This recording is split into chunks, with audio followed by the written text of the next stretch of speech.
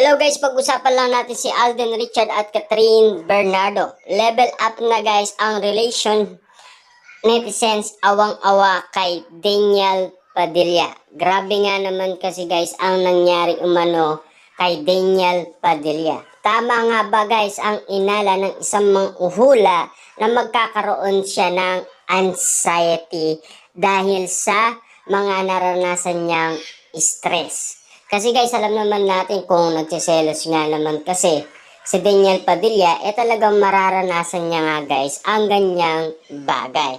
Ang sabi nga naman dito guys, no, feeling ng mga fans at netizens may something na nga namamagitan ngayon kina Catherine Bernardo at Alden Richard kahit daw hindi na magsalita o umamin ang tambalang Katden ay kitang-kita naman sa kanilang mga kilos at tinginan na ang level up na ang kanilang special friendship. Diba?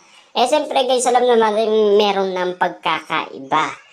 Kasi, kitang-kita na kasi guys na botong-boto na ang pamilyang Bernardo. Siyempre guys, no, wala naman kasing nasabi na botong-boto ang pamilyang Bernardo sa ibang manliligaw ni Catherine Bernardo. Ika nga kasi guys ni Mami Min Bernardo, ang napili niya yung uling nanligaw daw kay Catherine Bernardo. Sino nga ba guys ang uling nanligaw kay Catherine Bernardo? Walang iba guys kundi si Alden Richard, diba? Kitang-kita naman natin guys sa mga pangyayari kung bakit nga naman guys kalunos-lunos ang mga nangyayari ngayon kay Daniel Padilla. Kasi siyempre guys, no, sinasabi nga naman kasi ng isang manghuhula na magkakaroon nga naman siya ng anxiety dahil sa stress na nararanasan niya. Kalat na ngayon sa social media ang mga litrato at video ng Katden mula sa naganap na house blessing. May napanood pa kaming eksena kung saan nag-serve si Alden ng drink sa mga bisita sa house blessing, 'di ba? At kitang-kita naman natin guys na dito pa lang ay marami nang nanunukso umano guys sa kanilang dalawa.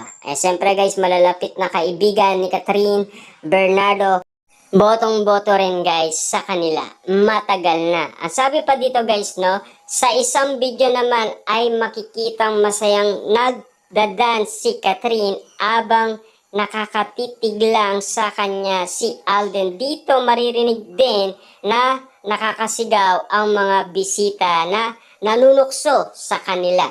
Based sa mga nabasa naming komento mula sa netizens, kakaibang kilig ang dulot sa kanila ng mga bagong litrato at video ng dalawa at naramdaman daw nila na hindi lang sila basta magkaibigan lang.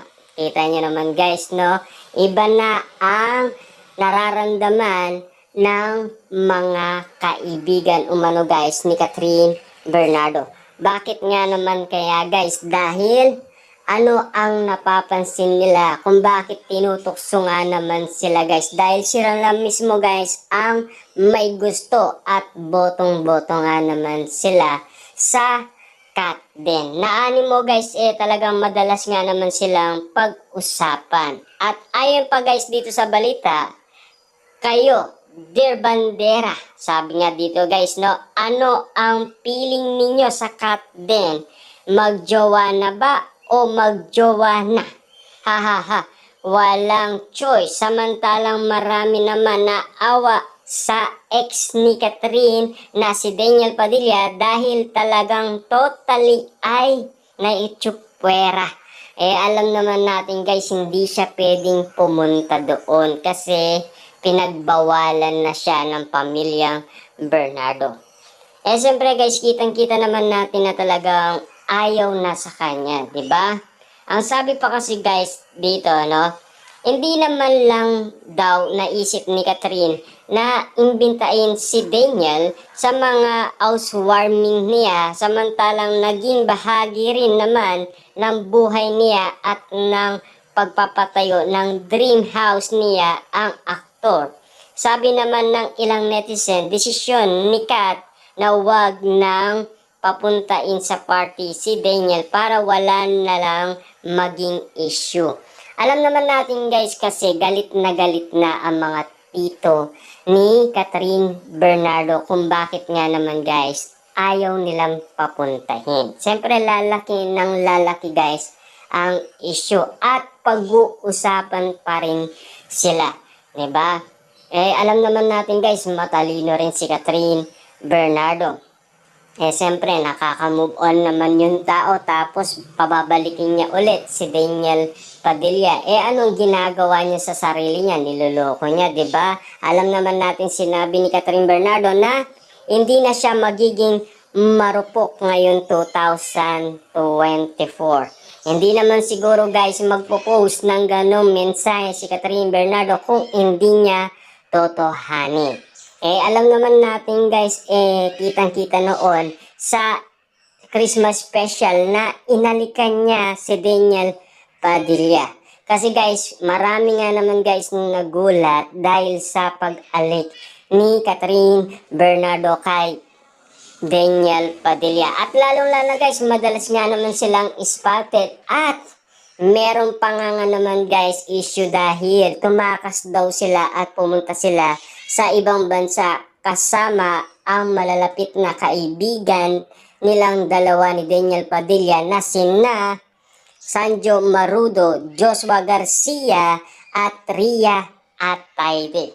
Ayan kasi guys ang mga naispatan ng mga nasa airport dahil nagpalit nga naman kasi guys ng media sina Catherine Bernardo at Daniel Padilla kaya kitang-kita ang mga pangyayari na sina Daniel Padilla at Catherine Bernardo ay muli daw spotted nga naman kaya kitang-kita nga naman ng maraming tao at uling-uling nga naman sila guys sa akto, di ba? At least guys no, napatunayan naman ni Catherine Bernardo na kayang-kaya niya kahit walang Daniel Padilla sa tabi niya at malaking blessing guys ang nangyari sa kanya. Napatapos niya guys ang kanyang mansyon at meron pa siyang pinapagawang building. At lalong-lalo na guys, parami ng parami ang kanyang endorsement. At igit sa lahat guys, lumaki pa ang kanyang talent fee. Diba? Kakaiba man guys sa pandinig natin, pero at least nakakayanan ni Catherine Bernardo na maging solo artist, 'di ba? Kasi nakayanan guys na talagang kayang-kaya ni Catherine Bernardo. Kasi meron na siyang napatunayan guys kaysa kay Daniel Padilla. Lalong-lalo na guys, ngayon pa lang magsisimula si Daniel Padilla dahil sa kanyang pagbabalik sa paggawa ng teleserye at lalong-lalo na guys, wala pa siyang collab team.